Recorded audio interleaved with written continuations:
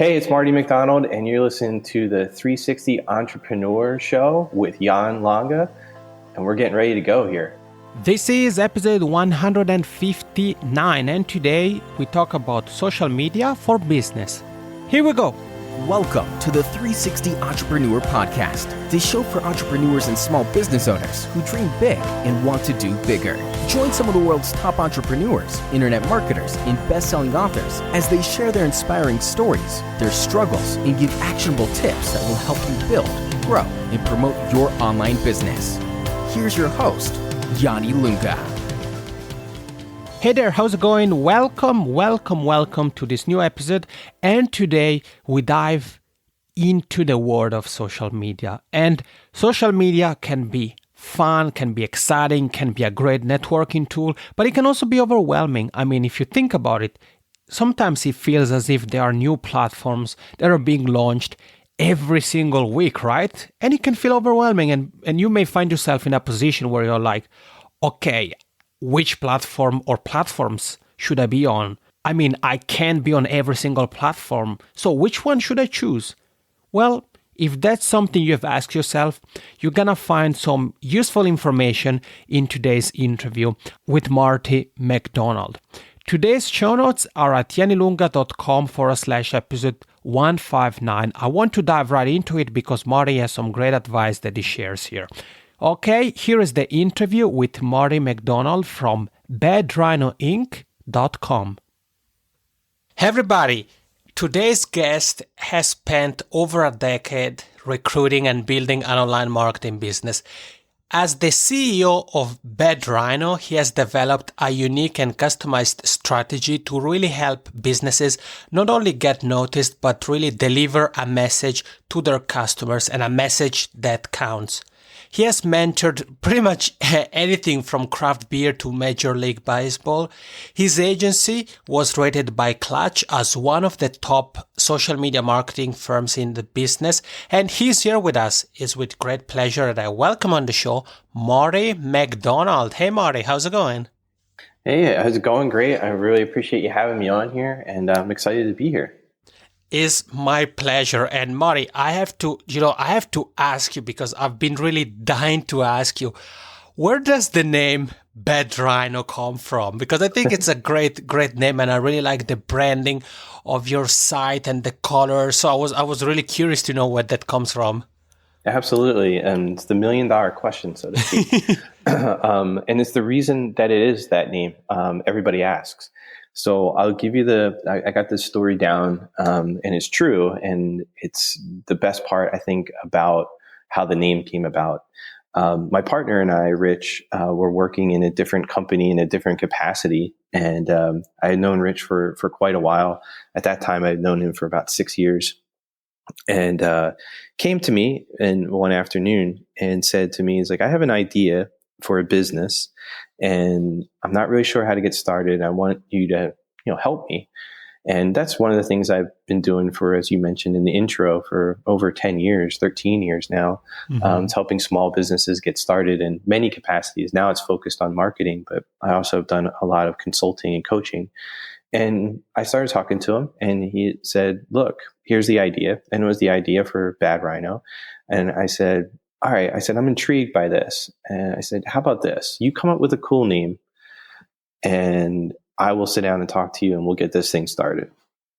And I thought it would be like 2 weeks. I really did. I thought, well, Rich is very particular. He's very analytical. He's creative. But I know he's going to spend some time on this because he seems really serious about it. Right. He comes back in about 45 minutes later. It might not even been that long, but it was just under an hour. Erases my whiteboard, writes 12 names down on. For the life of me, I can't remember the other 10, but the top 2 were Moosehorn, and the other one was Bad Rhino. We went with Bad Rhino, and off we went. Nice. No, but I like it, and I really think it's something, or is a name that really stands out. And as I said, also the branding of your company's website, badrhinoinc.com, it really catches up. I mean, if there were a series of sites, that's definitely one of the ones that would stand out the most. So we have both said your bread and butter is social media marketing, and it's an industry that is really, really dynamic. There is always something happening all the time. So I'm curious, could you share with us some of the maybe latest trends in social media marketing? Is there something you have identified or you see maybe coming in the near future? Sure. It's a great question. It's what, in many ways, keeps us in business, is the constant change and constant evolution of it. It's daunting, even with some of the clients that we have that have full-blown marketing departments to keep up with the constant evolution of it. And it's challenging at times, but you see it every day almost evolve, where there's something that's added into a Facebook or Twitter or Instagram or Snapchat, or it's a new feature or something that can benefit small business or even personal use. But the business part and the marketing piece has really evolved. And the one thing that I see that I think is going to be probably a little bit more of a change than anything else is the ability to buy right away. Mm-hmm. Social media has always been social first. And I think that's to its credit. It keeps people engaged. If you were just watching TV all day and it was just commercials, you probably wouldn't watch it, right? So social is a very similar thing. If your Twitter feed is just full of somebody buy toothpaste and eat at this restaurant, etc., you see people get turned off by that. So what I see now is the evolution of being able to buy right there, and you're being sold to, so that you can see it and it's engaging, but at the same time it's a commercial, and it's getting better and better. And that quick way to buy is going to be very big for businesses. So I see that Jan bought a new bicycle, and I'm like, wow, I really like his bike, and he posts a picture of it. And I just click on the picture and it says, hey, if you're interested in learning more about this particular bike, it just takes you right there. If you're not, then that's something that you don't have to do. Mm-hmm. And I see that becoming more and more seamless, whatever you want to call it, native advertising, whatever. I see that as being a trend. But the most current thing that I see is just video, and being able to engage with your audience is a huge thing right now. So whether that's, a various tools like Snapchat, Facebook Live, Periscope, all those things. The video piece seems to be the biggest thing. Okay, and I think it's interesting, Marty, that you made let's call it prediction of the ability of purchasing something through social media becoming easier and easier to implement. But it's interesting because I think the TV analogy you made is a great example of how we should think about our social media strategy, because even though people's mindset may change a little bit in the future in the sense that they may be more kind of accustomed to seeing, let's say, tweets that promote a product, for example, we still have to pay attention and be careful not to fall into the trap of, okay, now let's start and fill out our Twitter stream with just buy now type of tweets. And you and your company work with quite many different businesses in different industries. I said it, you have really worked with pretty much any type of business from craft beer to Major League Baseball. If you were to kind of take a magnifying glass and put all of the businesses you've worked with in a bucket, when it comes to social media marketing, what are some of the challenges your clients have or common mistakes you see them make over and over again? Sure. Yeah, that's a great question. Long list. Yeah, it's not a long list. I can boil it down. It doesn't matter whether they're big or small. Actually, you can boil it down to a few key ones. And I'll start off with the first one is they don't take it seriously. Now, this one you're seeing less and less of. 4 and 5 years ago, people were like, we're not going to do social media. Right. Some people were like, yeah, we have a Facebook page, but we're not going to do much with it right now or ever. And, the one thing that I see that is brutal, literally brutal every time is like, they just put it up. They just have a Facebook account. They have a Twitter account. They have a YouTube account. They have all the accounts set up. And then they have like a post from 2014 and then a post from 2015, and there's nothing really there. It looks worse than if you had nothing at all. So that would be the first one, where they don't take it serious and they just have some handful of things. And I've seen that at large companies your audience and everybody would know if I mentioned them, all the way down to small companies as well. Right. The second one is they underestimate the time that goes into it. They underestimate the time to actually craft a message and make it work on social media. They're like, oh, well, it's 140 characters on Twitter. So how long could that take? But when you sit down and do it and you break out your time, you realize, hey, this is this is some work here to make sure it's coherent, to make sure it works, and most importantly, gives you a voice in those streams and on those platforms. And the third one that I'll wrap up with is, they fall. I don't want to say everybody does, but they fall for what I would call simple tactics, where they're like, hey, let's just take this blog post and put it out there 30 times. And they might get quick hits. They might have a little bit of success at the beginning just for like sheer brute force. But over the long haul, it doesn't work. You burn out your audience, especially if you have a small audience. So those are the three main things that I see. But, the common mistakes out there, it's not necessarily just a one person entrepreneur that's making those mistakes. It's large companies too. And we've been engaged with quite a few different ones. And you see a commonality between them all. Okay, that's pretty interesting. And also the fact that, by assumption, we could think that, if it's a large company, they have a social media marketing team, so they have a lot of people behind it. And we would think that, they would be like rocking their social media platforms. But as you told us, there have been cases of also large companies where their Twitter streams or Facebook walls have been relatively empty. And as you told us, that's pretty much as worse than not even having a social media presence. And if we think about the entrepreneurs, or maybe those who are about to start with their online business, who are here with you now, Marty, what do you think are the steps they should take in order to identify key social media channels and online communities? I mean, there are so many social media platforms, and maybe somebody is a solopreneur, or even if they have a team behind it, but still they want to be strategic. What advice would you have for that? Yeah, you hit the nail on the head when you say it's strategic. I work with a lot of solopreneurs, speakers and authors. And the one thing that I have to corral them, because my mind works the same way as an entrepreneur, is like, okay, we can do this, we can do that, we can do this, we can do this, we can do this. And yet the list just becomes endless. Right.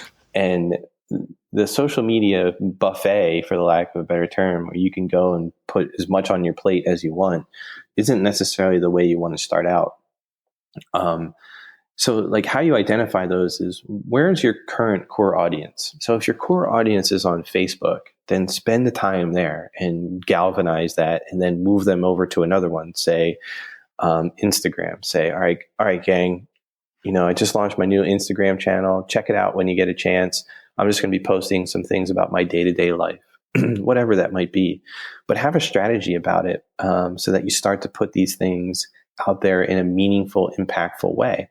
What I see where the mistakes come in is where they decide that, okay, I'm going to launch my business. I get everything up and running, and then Snapchat becomes the soup of the day. Right. And people are like, oh, I got to get on Snapchat. And then they spend all this time over there. And as a solopreneur, even if they have one or two other people working with them, that dilutes their message and they kind of get off track. So I'm a big fan of sitting down and saying, all right, let's map this out a little bit. Where do you currently engage with your audience? I have a Facebook page and it's already got 1,500 people. We do a lot of trainings off of there. Okay, great. Well, let's start there. Let's fix the things that need to be fixed. Let's set a strategy, and let's make sure that you're getting the most out of it, and then move on to the next ones. Many people don't want to hear that. Many people are like, well, I need to be here and I need to be here. And don't get me wrong. We're going to make a presence on everything, but you have a limited amount of time at first. And then once you get one done, you move to the next, people spread themselves too thin, and they don't have a strategy. And if they don't have a strategy, it's very hard to track analytics. It's very hard to figure out what's actually working. It's very hard to figure out how this is going to work in the future. So those are the main points of identifying that channel, is find out what works for you and what's currently working for you. Let's get it up and running and make sure that's perfect, quote unquote perfect. Nothing's ever perfect, but it's working better than it is today. And then let's move on to the next one and rinse and repeat. Yeah. And Marty, I have to say, I really like the fact that you mentioned keeping track of what's happening, of analytics, so that one actually knows what is working, what isn't working. And I always said my philosophy is always made of 3 steps: test, keep tracks, and tweak where necessary. I always say it, regardless of where you get advice from, if it's, for example, this episode or a book or whatever, I always say that it's not because somebody is successful on, let's say, Snapchat, and they're getting great results, that if you were to kind of follow the same steps, you will get the same results. I always say that it's good to collect information, say, okay, this sounds interesting, something I should check it out. Set yourself up for being able to keep track of the things that happen during that experimentation time, so that you know that, okay, things are working well, now we can move on to the next, or, okay, this thing isn't working, so I'm just gonna drop this and try to do something similar on a different platform. And I think it really applies also here to social media, because as you told us, our time is a scarce resource, especially if we are starting out. And if we think about engagement, again, you have seen for sure like thousands and thousands of different scenarios, different social media strategies maybe put into action. But I wanted to see if there are some engagement tips you could share with us. What are some of the things you and your clients do that we could try as well to engage with our community, maybe start a conversation or get them to start a conversation with us? Absolutely. I think that's engagement is the key. And it doesn't happen overnight. A lot of people look for it to be like, I have this great post, and they get excited, and it's like, I got this great graphic and it's got a great blog post, and I think this is going to work and capture their attention, and they put it out there and it flops. And then, they do something off the cuff on a Saturday morning, and they just say, about to meet with one of my clients and just grabbing a cup of coffee, just wanted to wish you a great weekend. And the next thing you know, they get a landslide of things. And what's frustrating to them is that they're like, well, they'll engage on silly stuff, but they won't engage on like my blog. I get clicks, I get people going there, so I get some traffic, but they're not engaging. Mm-hmm. And it's important to know, and this is the biggest thing that I could tell anybody, is the social part of social media. People want your authenticity, and they want you to be you. And if you're just trying to get out there and push your content and push sales and push whatever, you're not going to get as much engagement. Now, don't get me wrong. You could put out a great piece of content and people share it, like it, and talk about it. Like, don't get me wrong. There's a side to that, but it's also a healthy mix of what you're putting out there. Be yourself, let your business have its own voice. If you're a solopreneur, talk about those things. Talk about where you like to go every day. Talk about what your favorite food is or restaurant, or just being you. Just be a little weird, for the lack of a better term. Like people are tired of the polished stuff. You can see it through a lot of the world right now, where people are trying to make sure that they stay authentic. And it's a big thing. A big thing for people to see that in your marketing. And that's how you get engagement, is just authenticity. You don't want it to be something where you get, I need to have 4 blog posts this week and 2 blog posts next week, and then 4 things here and there. So my biggest thing about engagement is, 1, know the channel that you're on. Don't put a Snapchat post on Facebook. Don't put something that's meant for a different channel somewhere. So that's rule number 1. Everyone has a little bit different. Rule number 2, be yourself, have your own voice. Rule number 3, want to make sure that you're mixing up your content, that you don't just do, like I said, like 20 blog posts and put it out there and then sponsor them and run ads to them and all that. There's a time and a place for that strategy, but if that's the only thing you're doing, you may not get the engagement that you want to get. And it's very key that you know that audience and listen to it. We just talked about it in the previous question, in a little bit of conversation that we had about analyzing that. And you then tweak, you summed it up. We have a 7-step process here. It's right on our website. Right. If you follow that process, that little roadmap there, and you apply it, you will see what works. You take everything that worked in the previous month and you say, okay, these things worked, these things didn't. Scrap the things that didn't and put new things in there, but keep the things that did work, and create new ones. So you're not going to post the same picture of a cup of coffee, but maybe every Saturday morning you go, oh yeah, I'm sitting here and I'm listening to my favorite podcast and I'm kind of catching up for the week, and you post a simple picture of your journal. It sounds silly, but people want to know that you're actually human and not just this machine that's out there making money or doing whatever you do. Right. And that's the best advice I can say for engagement. Yeah, no, I like it. And if it's okay with you, Marty, I will take a screenshot of the map from your site and put it in the show notes with the link to your site and everything else we are covering here. And yeah, absolutely. Perfect. And I think you're really on point when it comes to authenticity. And that's something that sometimes, we all have people, companies, whatever, that we look up to, and we are thinking, okay, it would be nice to follow their footsteps. But then it's also important to keep in mind that they are them and you are you, because if you're really, really trying to be like the person you are following, you're actually taking a big risk, because they already have a following, a community, and you don't. So nobody really is interested in copycats. Exactly. Yeah. So I think that you, Marty, were really on point. And I like also that you talk about them mixing the content. So, for example, in a past episode of the podcast, I talked about content curation, and I think that it's a very, very powerful tool to use, especially if you maybe want to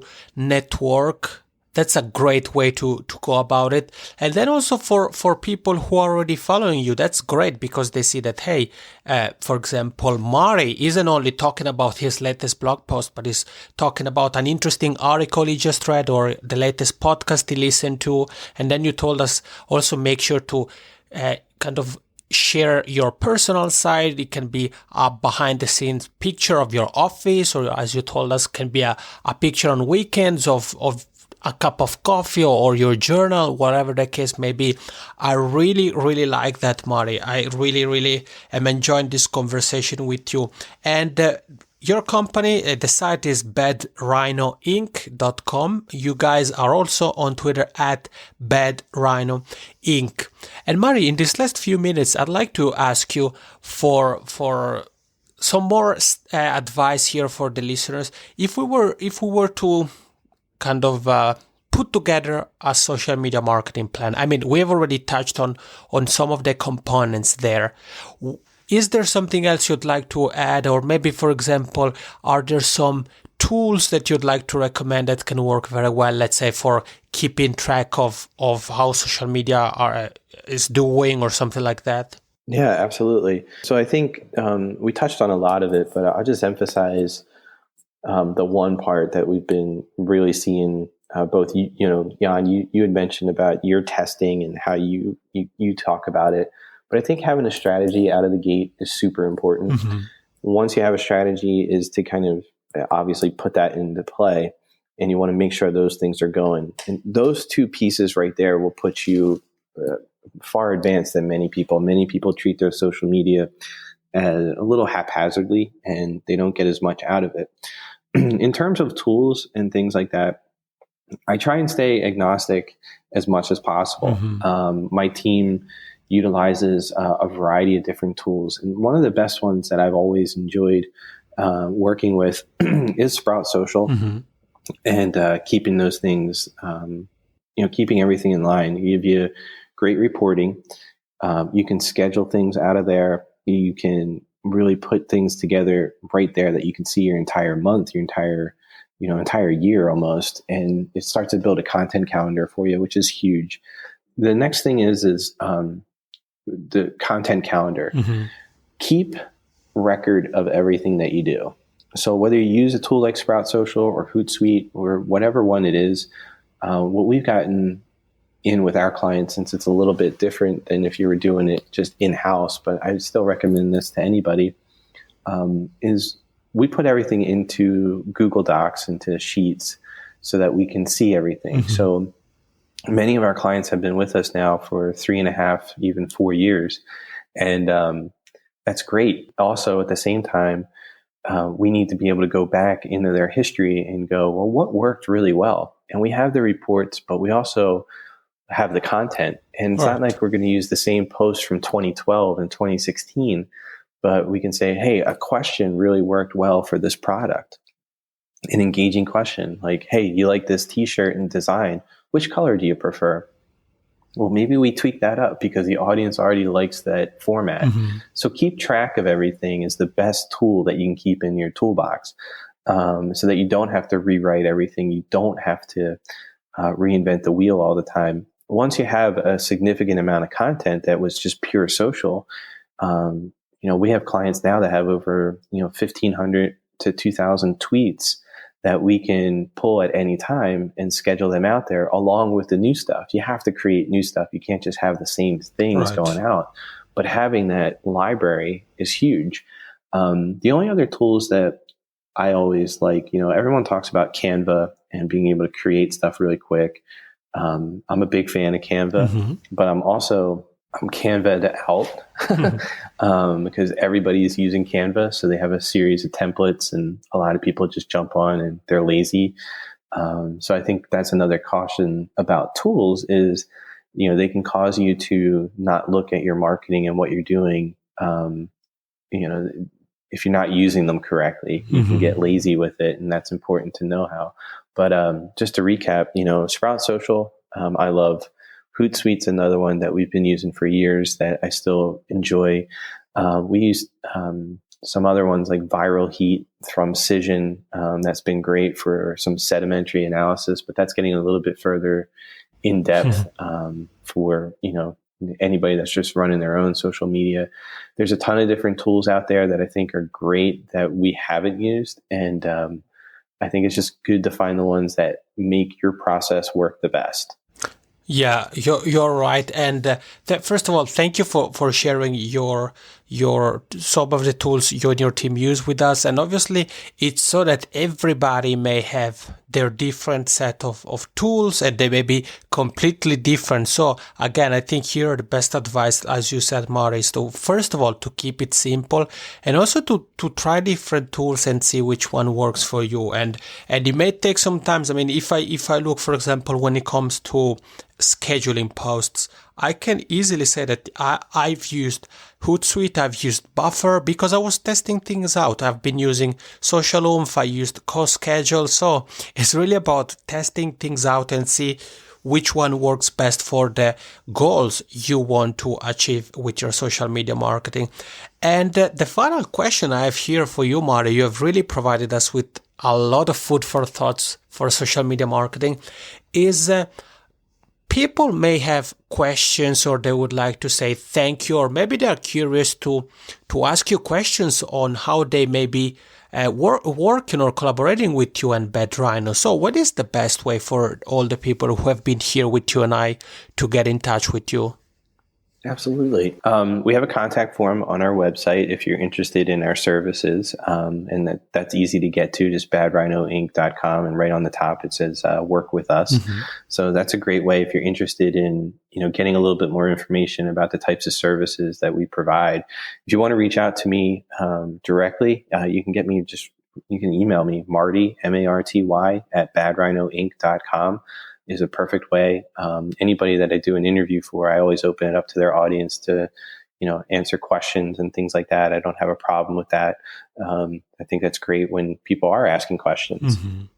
Yeah, no, I agree with you, and that's why it's a question I always make sure to ask all of my guests, especially those like you, Marty, who have dropped so many value bombs, and I'm sure you really trigger people to take action, and maybe also you kind of help people question a bit what they're doing with their social media and reconsider some of the things or be more strategic with their social media marketing efforts. Marty, thank you so much for being here with us, telling us more about Bad Rhino and sharing your social media marketing expertise. I really, really appreciate it. Oh, no, thank you. My pleasure. And, I love doing these, and I love talking to new people, and I hope your audience gets some value out of it. And like I said, feel free to reach out. And we are back. Marty, thank you so much for sharing your expertise with us on social media for business. I really, really appreciate it.